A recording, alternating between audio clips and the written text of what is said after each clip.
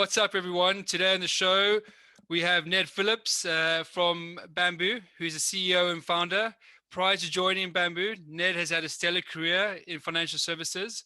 He's worked in the fintech and financial services space since 1999, so he knows the market pretty well and knows the Asian market pretty well. So we're really stoked to have him on the show today. Some of his stints has included CEO at Chai East, and he's also founded and run his own consulting business. So Ned, welcome. Richard, I thank you very much. I appreciate it. And I think when you said he was been since 1999, that makes him, and I thought you were going to say old, but you said experience. So I'll take that. Yeah, nice. Great to have you. And I'm really looking forward to going down into the detail today. You're our first Asian guest, so congratulations on that. Thank you. Let's kick it off. What I'd like to do is jump into the time machine and maybe go back a few steps so we can give our listeners a bit of insights as to who you are and why Bambu. So to kick that off, could you sort of run through the early part of your career and maybe focus on how that has helped you be a success at Bambu? Yeah, look, thanks. I think the key answer is I'm a salesman, and I remember so I'm 54, I left uni when I was 21. So in theory, I've been working for 33 years. And I think all of us, when we're 21, if we go in the wanted to do, maybe there's some 21-year-olds who did, but I don't think I knew I wanted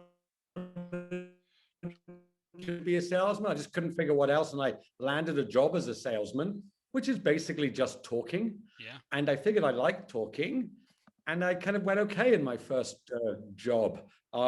Embarrassingly, my job was selling garden fertilizer on the phone. And essentially garden fertilizer is animal manure. So you could say I was talking, you know what, and that turned out to be my career for the next 30 years. I got promoted in about 2 months to general manager of selling shit, if I may say that, garden fertilizer. And maybe that kind of has some kind of ring to it the rest of my career. But I think, I moved to Asia very luckily in the early 90s, got a job selling advertising. Then I worked in a financial kind of magazine, and I met some people who worked in broking and, stockbroking. And one of them said, would you like a job in stockbroking? I remember thinking, well, that sounds good. I did do economics at university. Yeah. And that kind of led to my kind of career in fintech. I ended up at E-Trade and kind of to where we are, fast forward to where we are today. Awesome. I like this story. I'm not. I don't think at any time I'm going to say that you are talking the proverbial manure today, because there's going to be some good insights, right? And what was you've worked as a CEO. You've also founded a consulting business. So what was the motivation to sort of set up a fintech, set up Bambu later down the line? Yeah, like when I joined E-Trade, so for those of you who are young, E-Trade was Robinhood before Robinhood was Robinhood. And for those of you who are old, you know what E-Trade is. And I was lucky enough to join E-Trade in the 90s. And I think from that side, you could say I've been in fintech over 20 years, right? Because E-Trade was online stock trading. It wasn't called that. But I think that's what really led me towards starting up my own fintech. I worked there for a long time, really enjoyed it. I then worked in kind of building new stock exchanges. So these alternative stock exchanges, Chai East, as you mentioned. So I realized I always worked in tech. I'm not a real tech guy, but I know enough to sell it. And I think that's kind of an interesting combo. I'm not a tech guy, but I can spell API, and it helps me. You know the phrase, in the land of the blind, the one-eyed man is king. And the people I sell tech to aren't real tech people; they're business people. So I know enough to sound like I know it. Of course, if I'm in a room full of tech people, I keep my mouth shut because I would give myself the game away. But I had got a lucky break when I was mid-40s, made a decent amount of cash, and thought I could retire. And I moved to Bali for a year, and it was very nice. But I was a bit bored, and the real spark was I saw these 25-year-olds building their own fintechs. And I had lunch with a gentleman, and if you're listening, and if you're not, it doesn't matter, Ludovic Blanquet, who worked at a company called Mysis. And we're having lunch, and I wasn't doing much. He's like, Ned, you know more. He said, Ned, you're a fintech guy. I'm like, am I? Honestly, like, I know it sounds ludicrous, but I always thought I was a sales guy. It's like, no, Ned, you're a fintech guy. And honestly, like, I left there, I was like, maybe I should start a fintech. And a combination of everything, but definitely the lunch with Ludovic gave me a little bit of, let's have a go. And I met my co-founder Aki, and honestly, that's how it started. And tell me a bit more about that lunch. I mean, what else sparked you into action? The place was called Da Palo. It was on Club Street in Singapore. I don't remember what I had, but I think Ludovic had a salad because he was trying to be healthy and he made me feel bad. I've known Ludovic a long time, trusted his view, but the way he said it as if it was obvious. I know it sounds a little ridiculous, but he's like, I know, when I worked at E-Trade, we didn't call ourselves a fintech in the 90s. We were a company that traded online. And I'd never thought I was a fintech guy. And whether I am or not, doesn't really matter. Yeah. He said it, it went in my head. And when I left, I literally left that lunch. I came into my wife. I'm like, I think I could do a fintech, and again, no disrespect to the 25-year-olds who are doing fintech, but I'm like, I must know at least as much as those guys. And I actually built a crypto exchange 5-6 years ago, tried to raise money, and everyone told me I was an idiot, and I shut it down. Turns out I was an idiot for shutting it down. So I just had to swing at a few things, and this one stuck. But I think it was that, obviously, if he had said, hey, Ned, go and start a dental practice, I wouldn't have taken his information so seriously because I don't know that. But I think he hit the nail on the head. Yeah. He just triggered a bit of thought, and honestly, I'm glad he did. And with you guys, I mean, as you jumped out of that conversation and you found a partner, you found a team to work with, how did you sort of traverse or go towards setting up Bambu? I mean, where did the problem come from? How did you go about solving that problem? Yeah, it's an interesting one. I don't know, maybe I shouldn't say this. Actually, I'll say it, then I'll clarify it. So I'm not purpose driven in the way most people think. Yeah. I'm purpose driven about building a great business. My purpose is work doesn't have to suck. That's the problem I'm trying to solve. Yeah. Work, I don't think work should be, oh my God, it's Monday and thank God it's Friday. And I have a real big drive to build a great company. Why? Because a great company does great stuff. What is the problem? The actual problem in the generic term of thinking is saving and investing was not accessible. A young person or a person without cash didn't get access to financial advice or saving money, but they're the people who need it the most. So you might say, why didn't I do a B2C, like a Nutmeg or a Betterment or a Stashaway? I don't have the digital marketing chops. That's not me, right? But what I do have is contacts at the banks. I have, I'm older, my peers are decision makers. And I realized that the financial institutions needed the kind of fintechs, so people to help them keep up with the new wave of these wealth techs, robo-advisors. So the problem is wealth is not accessible. It's just not. Today, it's getting more accessible. People can pick up their phone, buy a great portfolio, and save for the future. But that's a problem I'm solving it, and I'm solving it for the banks. But my true purpose is to build one of the greatest companies in the world to work for. Okay, let's dive into that. So when you say the greatest companies in the world to work for, tell me more about that. Do you know who Gary V is? Gary Vaynerchuk? I do. Yeah. He is, as they say in Britain, he's Marmite, right? No one's ambivalent about Gary, right? It's a love-hate relationship, right? As you will not be surprised to learn. I love the man. And he has a phrase. He says he works for his employees. So nobody works for me. I work for them. And the other guy I want to shout out is a guy called Matthias Hello. I work for him at E-Trade. And he told me one thing. He's like, Ned, my role is to make people want to come to work. So Richard, like, no one pays you to go on holiday. No one pays you to go to the movies. Why? Because you want to go on holiday and you want to go to the movies. But someone pays you to go to work. Why? Because it sucks, right? Yeah. And that's been the logic. But what if work was great? What if you wanted to go and you got paid? So I see that my role from that side is to, what can I do at work? Motivate people, encourage people, give them the belief, give them the ability to do what they want. Don't tell them what hours to come to work. Don't put structure around them. Don't put process around them. Don't hire experienced people, hire new people. Always be energetic, always believe, always show the way. And then, the other bit, I should go in and if the sink's full of dishes, I wash it. They don't wash it, right? Like, Simon Sinek, his thing, leaders eat last, right? Yeah. At lunch, they do, right? Like, I think this hierarchy structure of work is debilitating for a lot of people. How many people rush to work to sit in a cubicle and get told what to, like, who was told what to do, right? Yeah. I mean, put your hand up, audience. I love it. Yeah, I love it. And, a great topic, and then sort of stay on this for a bit. I mean, how does that play out from a performance perspective, and also, a bottom line point of view?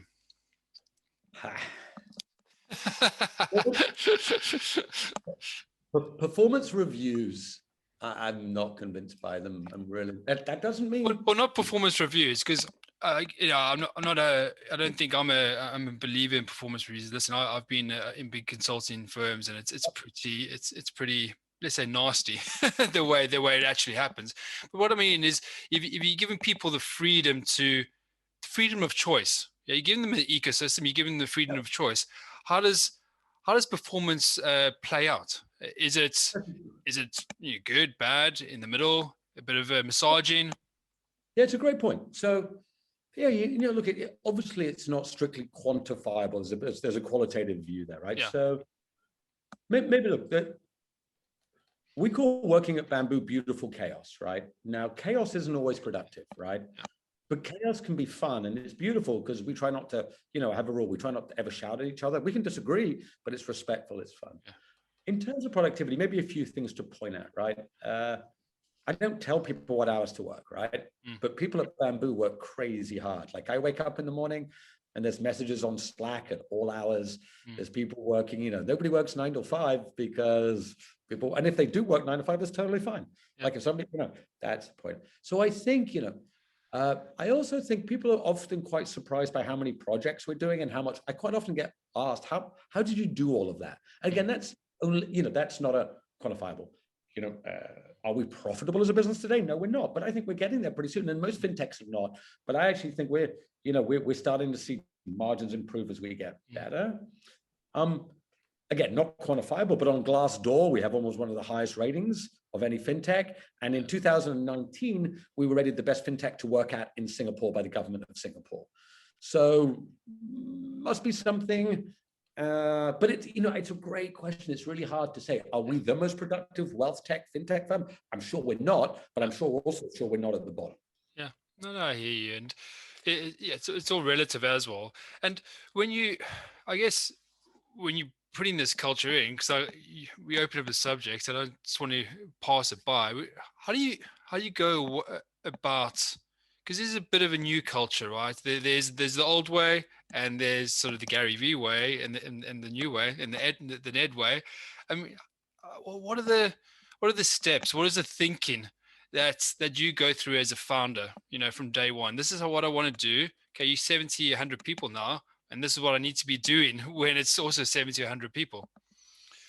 Yeah, it's great. Now, I'm not a big planner, so I don't think I set out with what will it be in 5 years. I think a lot of founders are like that. Yeah. But I think there's this, I don't have to overthink it because I always just say what I feel, right? And I kind of have this strong believing in how it works, right? And so, how do you set about it? Relentless positivity, right? Like that's number one, right? The other one is only hire for attitude, don't hire for skills, right? Now, obviously, you want to if you can get great skills and great attitude, that's fantastic. But my co-founder wrote a piece about us working together, and he said a really important thing. It's critical that the first 6 to 8 people you hire all have the same values, right? And we talk about a few values: humor, humility, honesty, hard work, and positivity, right? If you hire the first 6, 8, 10 people, and they all have those same values, when you hire the next person, we're all going to hire the same kind of person, right? And that like attracts like, right? And we grow the firm. And, look, we've had to take some tough decisions when people don't fit that. We've, had to let them go, and it's been tough. Nobody likes that, but we do it in the right way. And look, we've definitely had a little bit more turnover recently because the talent market in Singapore is tough. But I think that's incredibly important. The other side is, Steve Jobs, you don't hire great people and tell them what to do, right? You let them do what they want. No one at Bambu will ever have an office, ever. I will sit at the same desk as everyone else. As long as I'm at Bambu, no one will ever have an office. We'll never close the door. We'll say it as it is. That's got to be the way, right? And it's a little bit. We have. This idea of like a town hall meeting where everybody gets together and the bosses talk. Yeah, we do that every Monday, and everybody speaks, not just the boss. Every single person. We do it every Monday. We do.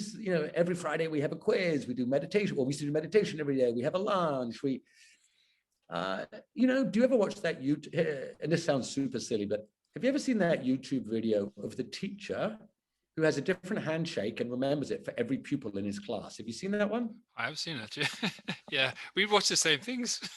But freaky. So, yeah. We don't know if that teacher's good at teaching whatever he teaches: English, history, geography, maths. But I bet you those kids love him, right? Yeah. Relationship. But that he's got it right. Like, yeah.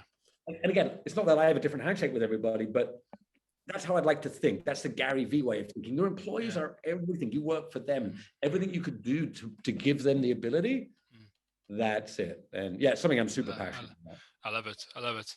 And just to sort of jump into another lane and just give listeners out there a bit more insights into your tech. Could you sort of walk through maybe a simple case study of how your tech works for maybe a tech in action case study, a simple one of those? So we're pure B2B, and we have customers like HSBC, Standard Chartered, Franklin Templeton, right? We design, build, and deploy saving and investment app. So what's the saving and investment app? So depending on which you're in, Nutmeg in Britain, a Betterment or a Wealthfront in the US, a Scalable in Germany, a Stashaway, a robo-advisor. So we have all of the APIs that can do all the steps in achieving that application. So risk profiling, onboarding, portfolio selection, and then all the transactional, buying and selling a fund. So we go to a bank or they come to us and they want to have that kind of automated saving application. It's generally like a custom build based on our API, 6 months journey of deciding, building. We do everything from the design. We build, we integrate to their core banking systems. We put it together, we deploy it in the app store, we connect it to the payment wallets and the transaction. And ultimately, with one magic day, they press the launch button, and in the app store arrives a saving and investment application. No one sees Bambu, right? Their customer is, you, the man in the street, saving and investing their hard-earned dollars towards their retirement or their kids' education. Nobody would see Bambu. We're the rails, we're the behind the scenes. It's always got their brand. But that's it in action. Our APIs configured together for an institution to help people save and invest. And we've got a dozen live clients. We've got another 10 or so in production. And we want to be the world's best. And we're actually currently deploying.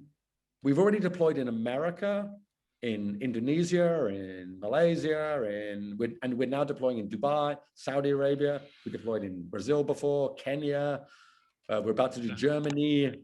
Yeah, we're gonna be deploy everywhere. And you mentioned first deployment across the globe, it sounds like, and also into these big institutions. And I guess you mentioned at the top of the show you're pretty good at selling. You got the institutional knowledge around that, but how do you go about in your case? How do you go about getting that demand generation up and running in maybe the first furlong, and also constantly pushing it out so that expansion continues as you want it to? Yeah, look, it is it's a great question because it's a complicated problem. It's a sales problem. It's a product problem. It's I was going to say commitment problem, but maybe I'll take that in the right way. So, so everyone's heard the phrase "build it and they will come." Let me tell you, no one's coming. Not even your friends. You'd be lucky if your family turns up. No one cares about your tech. No one cares about your product. No one's interested. Let's be clear, right? So how do you get it out? I mean, the number one, the simple, relentless. We have done thousands of sales meetings, and I don't mean like we've done thousands. Like we've done thousands, like literal thousands of meetings. And so that's one. Number two is that you leverage connections. Yeah. So I'm lucky, being old, there's, all you 25 year olds out there, one thing you can't beat me at, you can't be my age. And I know more people than you do. So there you go. So I can genuinely call CEOs of big banks, not because I have any ego. Well, I do, but that's a different conversation. It's because I know these guys, right? Or these ladies, and I know them and I can call them. And, that's just a privilege of, getting older, right? And, so that's what the other thing is. I think many startups call 20, 30. They think they've done a good job if they pitched 50 banks.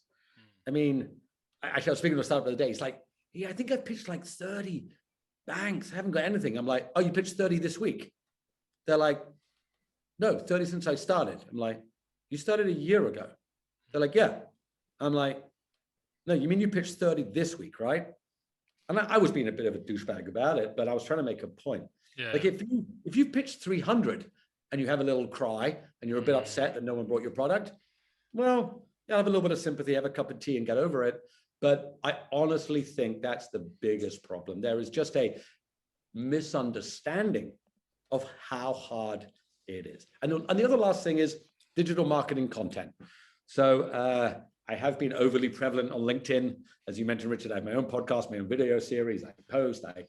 It's incredibly important. People's perception of you is so important. And I have a team of 6 people who help brand Bambu, brand Ned. This is not just me. This is a whole team. And that's how I think we've managed to get global. I love it. And I mean, just in the last part there, because that's LinkedIn B2B, right? That's the platform. That's the space you got to be out there. You got to be branded. You got to be talking, and you can't just be talking technical stuff, because people don't sort of connect with technical stuff. They connect with, I think, to your point about the school teacher, they connect with you. Yeah. Correct. Yeah.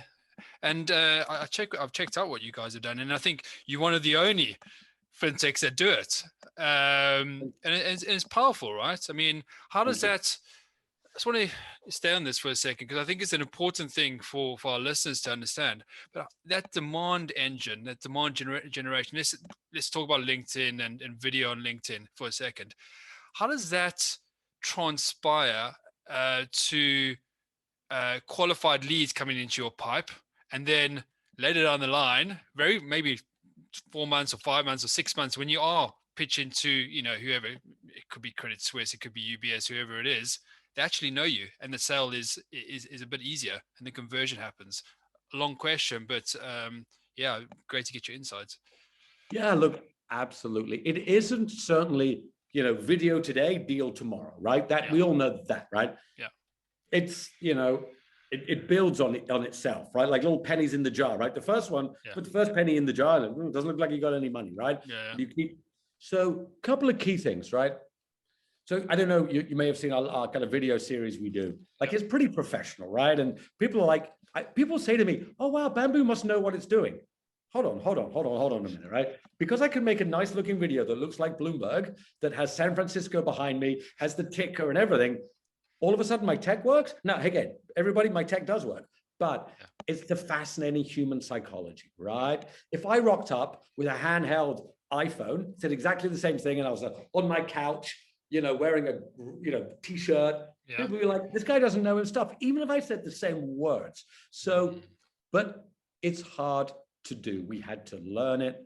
We had to understand it. We started with just little blog posts. We moved on to like newsletters. Then we did a couple of webinars. Then we did podcasts. Now we do this twice weekly. Not to let too much the cat out of the bag, but we're about to move it up.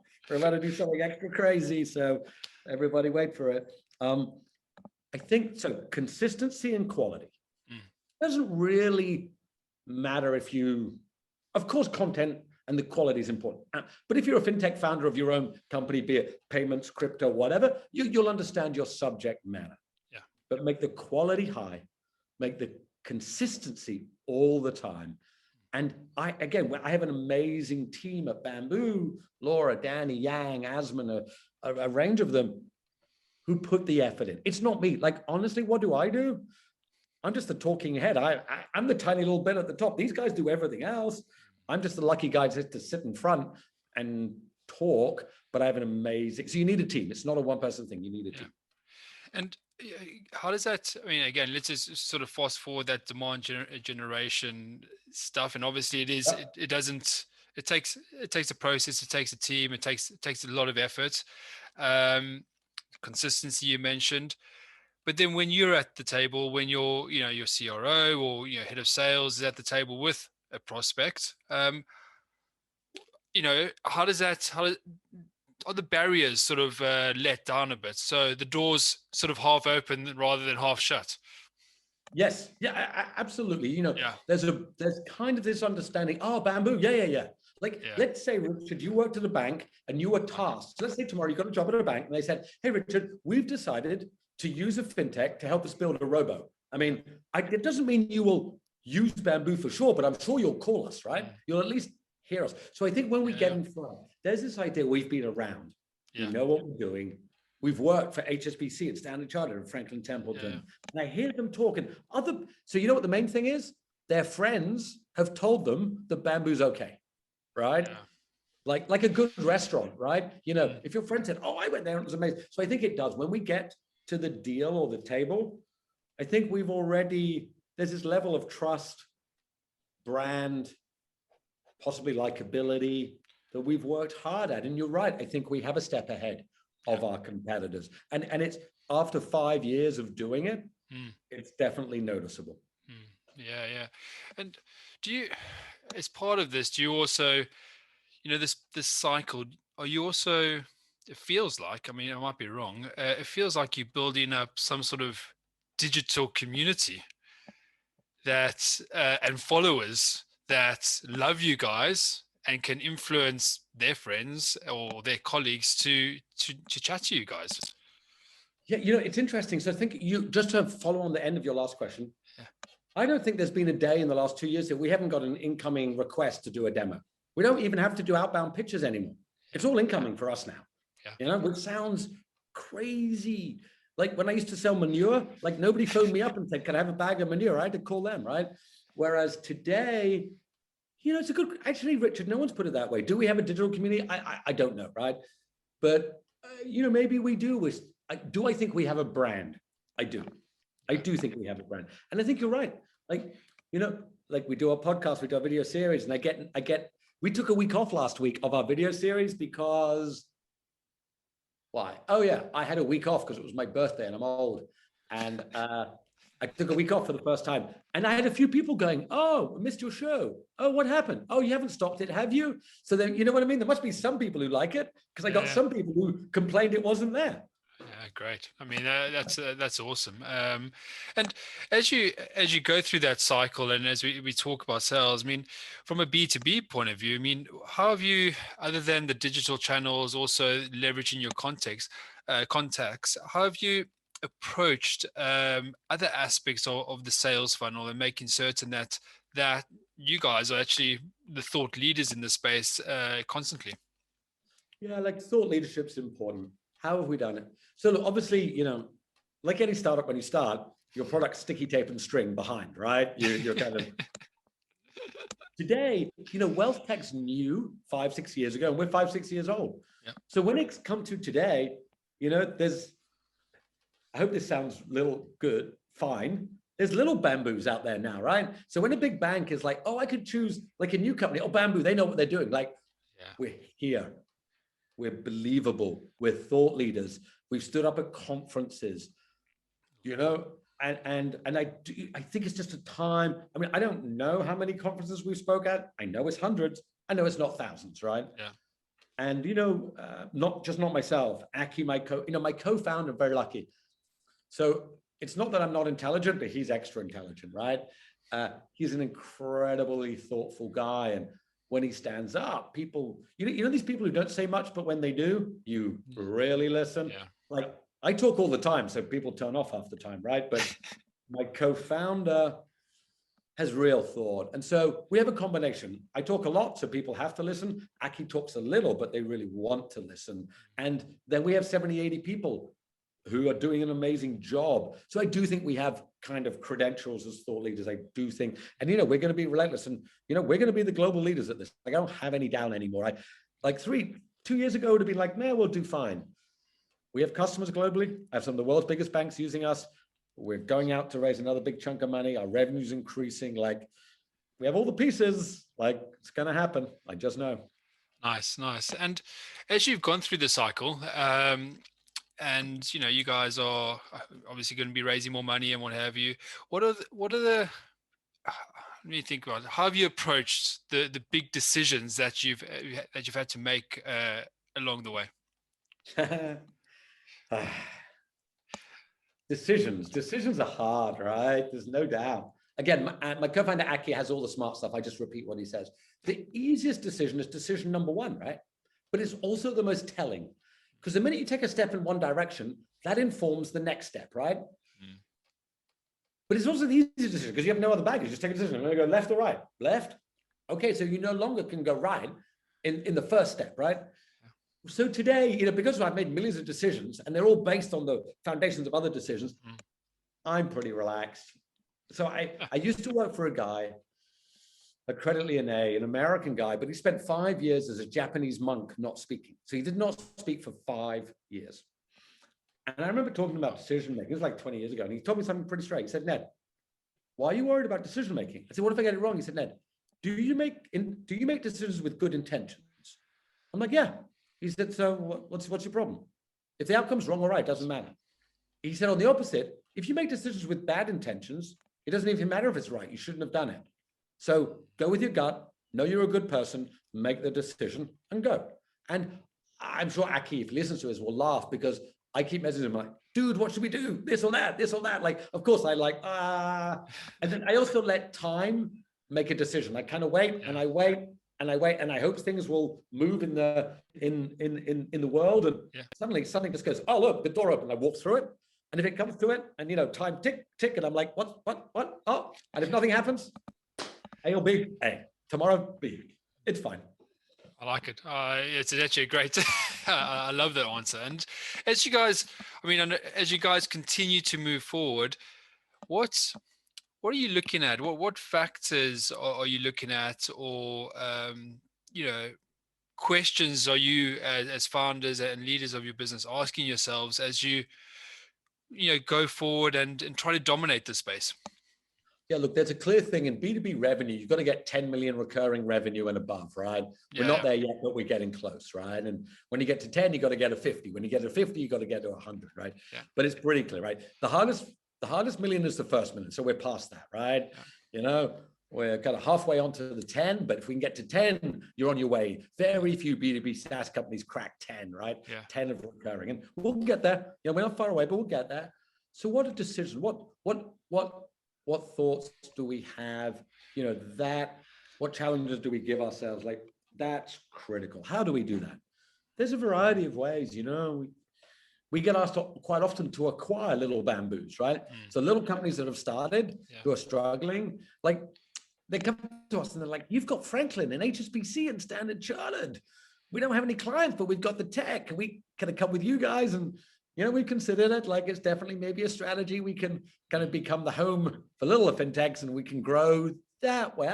Look, it's an idea. The other one is, just raise a truckload of money and just hire, right? Like we've raised 15 million so far, so it's not nothing, but it's not the $50 or $100 other guys have. And look, if somebody gave me $100, would I dominate the world? Yeah, but that's almost too easy, right? Like that's, get $100, of course you'd dominate. But so that's the other thing. We think, the other thing I found is this. I remember the day of the 10 million so we raised 15 and in B we raised 10.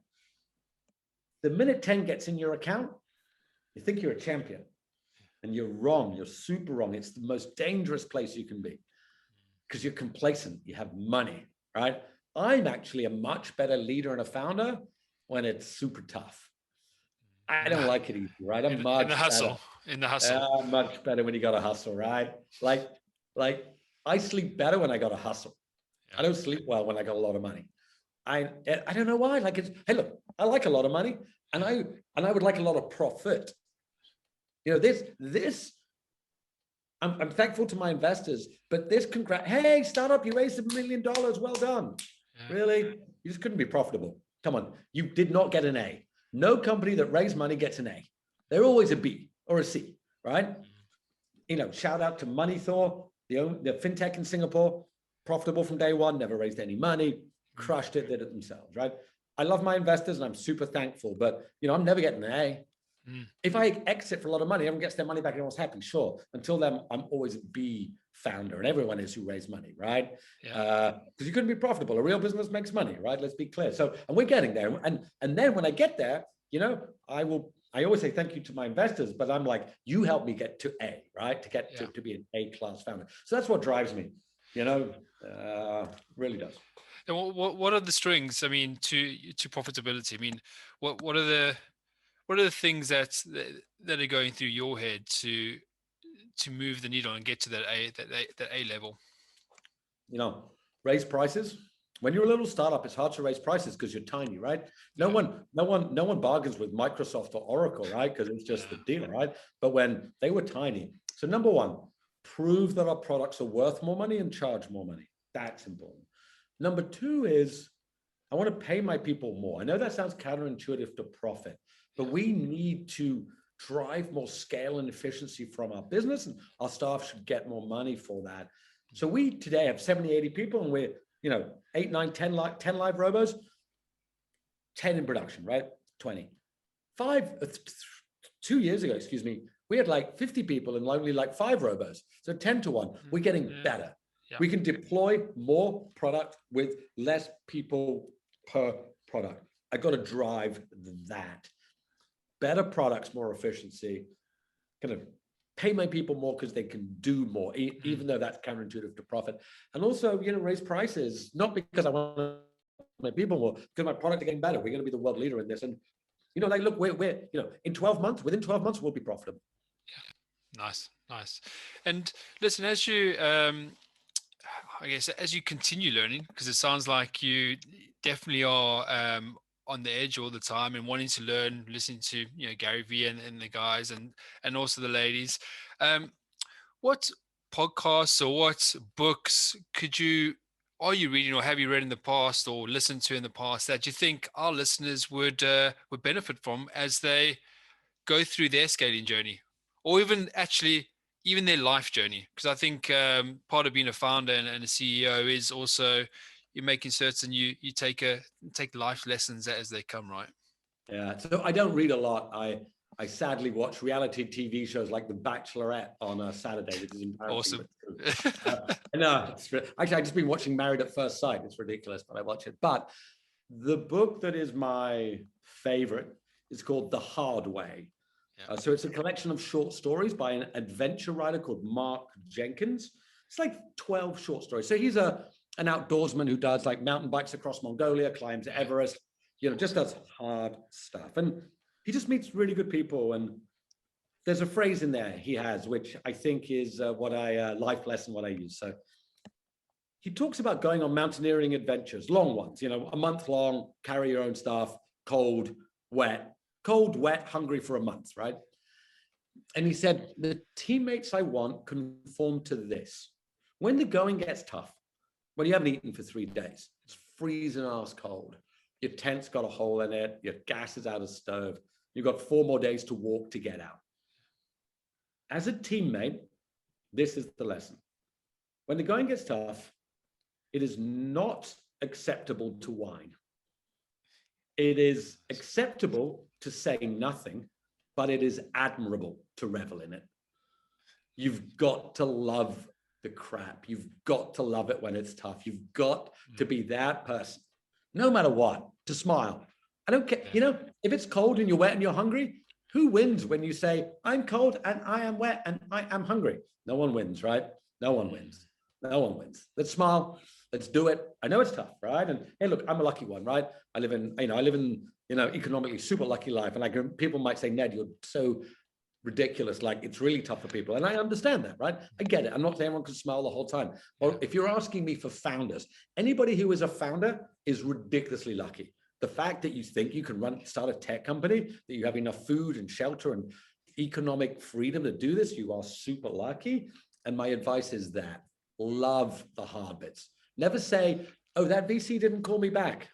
Come on. That's on you. That's not on them. That's on you. When the 150th bank didn't return your email, that's on you. That's got nothing to do with them. That's only on you. And yeah, I talk about that a lot, and I think people stare at me and they're like, yeah, whatever, and they walk away and go, yeah, that VC sucks. He never called me back. I mean,